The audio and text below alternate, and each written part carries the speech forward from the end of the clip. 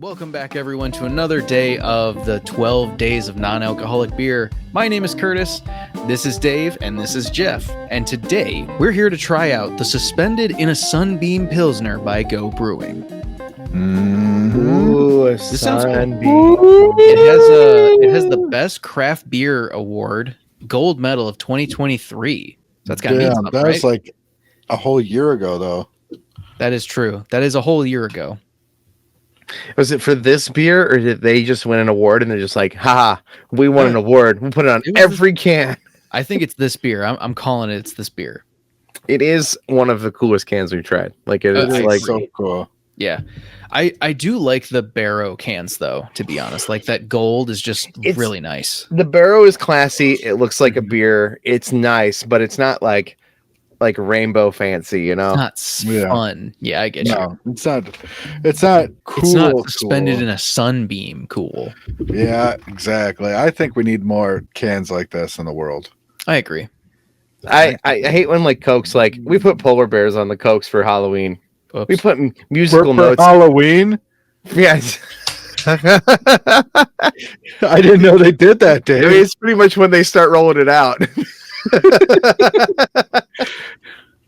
Damn, you got Halloween on the mind? They turn music notes. They put music notes on it for the summer for no reason. Oh, jeez. We put George Washington on it for I President's accidentally Day. opened mine. How do you accidentally open it? I was trying to like wiggle the little tab to like get my finger under it and went psst. It was a really easy open. Just like Don't finish that sentence. eating beans at an elementary school Beans. concert. That's true. Beans. All right, I'm always hesitant when I first pour these because I can't see where I'm pouring. I'm like, am I going to pour it onto my keyboard? Am I going to pour it onto the desk? What's going to happen? Am I going to pour a little bit into my lap? You never know. Who knows? It's Well, a it's probably mystery. not the lap. How does it smell? What does that smell? It smells like a pilsner. It's like Yeah, it good smells like a pilsner. It doesn't really have anything like exciting going on. Like I'm not getting like a fruity or a rainbow or a unicorn or This is actually a very simple overall beer.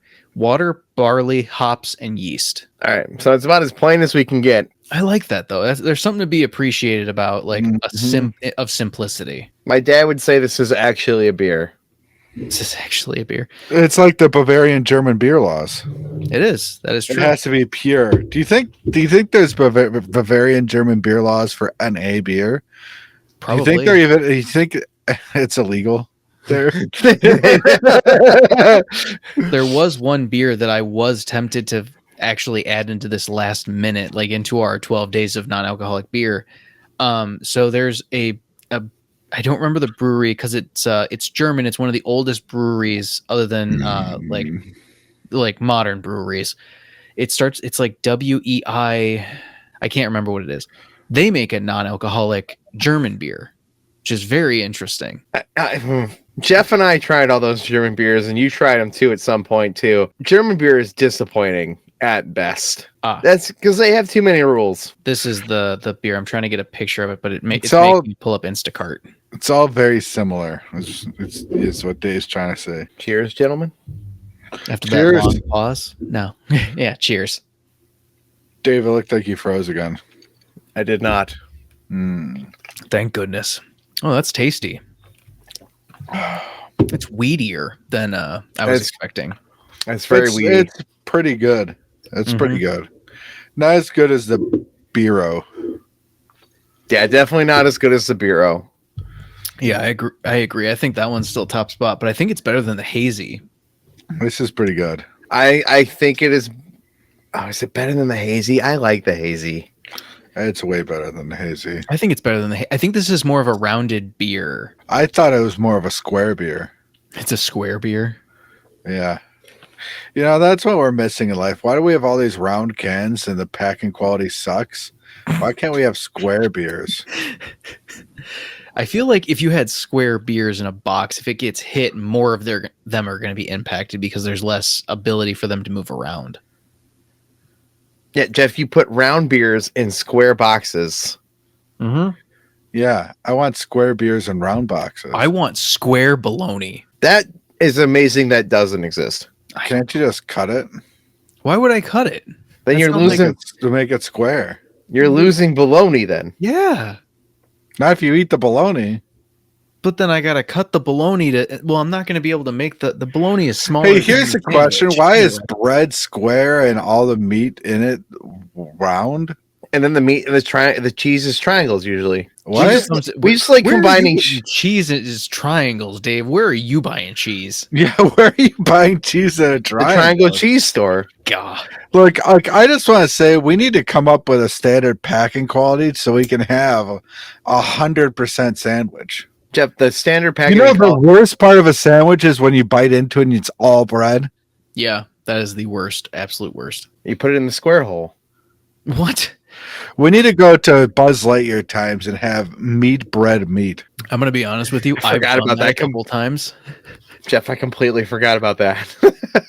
How could you forget about that? That was a good question. In my head. That leaves rent free in my head. You got sandwich fingers. This is good. I mean, that's kind of it. That's beer. It's a beer. It's the most like basic. It's very simple. Yeah. That's like the Miller equivalent in my brain. It's almost why I put it below the hazy, only because I like the hazy for being a little bit unique. All right. The hazy's got a little bit of flavor. It's got a little bit of like fruitiness. This is just like, this is a beer. If you paid a premium for this, I feel like I kind of got like, I don't know. It's like the Miller Lite equivalent of beers. How many calories? I don't know if it actually says it on the can. Hold on. It's probably not at least one. There's at least 5. Yeah, it's not on here. Hold on. I'll scan the QR code. You guys keep talking. I'll do some research. What's your over under for calories, Dave? For this? My under over? No, for a slice of pizza. Pizza. Pizza. I want a Costco pizza and a Costco hot dog so bad. I want like 200 calories a slice on average. I don't know the answer to this, but this beer is 43 calories. Okay. All right. So I think it's average slice of pizza. Are we doing research now and type calorie counting pizza now? You do. Dave, what's your go-to pizza? It's 300 calories. 300 calories. Okay. Just basic pizza. It's Domino's. Fair enough. If I'm to get what I want, I usually want Donato's. Really? Yeah, I love Donato's. We usually get Romeo's over here. Romeo's. Yeah. I'm usually I'm with Dave. I go Domino's unless I'm feeling real fancy or not fancy, I guess, unless I'm feeling cheap, which I don't know how you could be cheaper than Domino's, but you go to Geppetto's. Oh, I don't go to Geppetto's. Have you guys ever had Nunzio's? Yeah, actually, I had that in high school. That's the last time I had it. You guys missed out on Scugnizio's, which is the worst. It's the worst pizza I've ever had. I don't like did you say Scugnizio's? Yeah, I did. That's the worst sounding pizza chain. Yeah, they put the sauce on top. Yeah, it's like Detroit style. Yeah, it's bad. It's real bad. That's Amy and I, since we're talking about the holidays and the holiday season and stuff like that, we have a tradition where we have pizza on Christmas Eve. That's a good tradition. I love that tradition. It's so much fun. Do you make homemade pizzas? Because we do that, but we make homemade pizza. So in my family we used to do homemade pizza, but we found such a delicious pre-made pizza that we do that because it's way easier. It's the Detroit style that you get from Costco. Yeah, that is good pizza. It's good pizza. Oh, it's real good pizza. Like that's like the best out of a box that I've ever had. Is there an Oscagnizio around here? It's in New York. Oh my gosh. Gotta go and get I'm gonna make some people mad. Gotta go out and get a New York slice from Sbarro. It's what Lee Navarro feeds us at Extra Life in New York. It's the worst. Utica. It sounds absolutely terrible. The reviews are one of the funniest things ever to read, but that's a whole nother day. Yeah. Well, so Dave, you make pizza the day before Christmas as well. Yeah, with the family we do like what are those called? Cast iron skillet pizzas. Ooh, that sounds good. That sounds really good. You roll the dough out in this cast iron skillets, and then you top your own pizza, and then you bake them. It's so good. Nice. Yeah. Jeff, do you have any family traditions? For the Christmas? Yeah, Christmas Eve, whichever. Whatever holiday you celebrate. I don't. Maybe we should start a Christmas. Maybe I should start one. Yeah, I would Amy like and to I. open presents. Yeah, we so Amy and I. So to kind of take you through what we do. So on Christmas Eve, we exchange movies and pajamas, and we wear the new pajamas and we watch a movie. Usually it's a Christmas movie of sorts. And we eat pizza. We've kind of gone back and forth of like exchanging books maybe eventually. But we open our Christmas Eve chocolate. So we watch movies, we eat pizza, and we eat chocolate. It's delicious. And then Christmas Day, you do the whole Christmas stuff, and that's what we like to do. It's Christmas Eve, Christmas Day is kind of our traditions. I like to come up with this, that it's called Find the Nut. And so one of us hides a nut somewhere in the house, right? Okay. I'm with you. It can be a walnut, an almond, a pecan, not a peanut, for obvious reasons. Sure. For obvious reasons that we're not going to get into today. It's just for we don't want to. We don't use peanuts. But anyway, the first person who finds the other person's nut gets to open the first present and take a bubble bath with Santa. What? Are you Santa, and is it your wife who usually finds the nut? Yeah. There's two people in the house. Realistically, whoever gets to find it first. I feel like there's a metaphor here, and we don't need to get into it. Jeff, and then how babies are made. I'm drunk. No, I would say my wife had this tradition from her family, and I've never heard of another family doing it. But it was like St. Nicholas leaves matching family pajamas in the month of December. Like I think the first weekend, the first Friday in December, and like the kids and the parents all match with their pajamas that they wear during Christmas. So we all have matching pajamas we wear on Christmas. Okay. That's cute. I like that. I've never heard of this tradition outside of my wife's family, but they all know it. I used to always wear pajamas on Christmas. But like it's like matching pajamas that she always gets matching pajamas for the whole family and hides it. That was a gift from St. Nicholas. Oh, actually, I forgot. There is one other thing we do. So on Christmas, my dad used to make punch. And but I need to start doing Find the Nut. You need to start to find the nut. Yeah, this is the first year. Jeff decided this is the first year he's going to do it. And obviously you can't do the peanuts for obvious reasons. For obvious reasons. All right, what about the punch, Curtis? So my dad would make punch like a big bowl. Like imagine that like 80s style. Just you get out of here. What? You just but yeah, it's just a big bowl of punch, and I'm so glad. This is one thing that I'm very happy of and I'm very thankful for.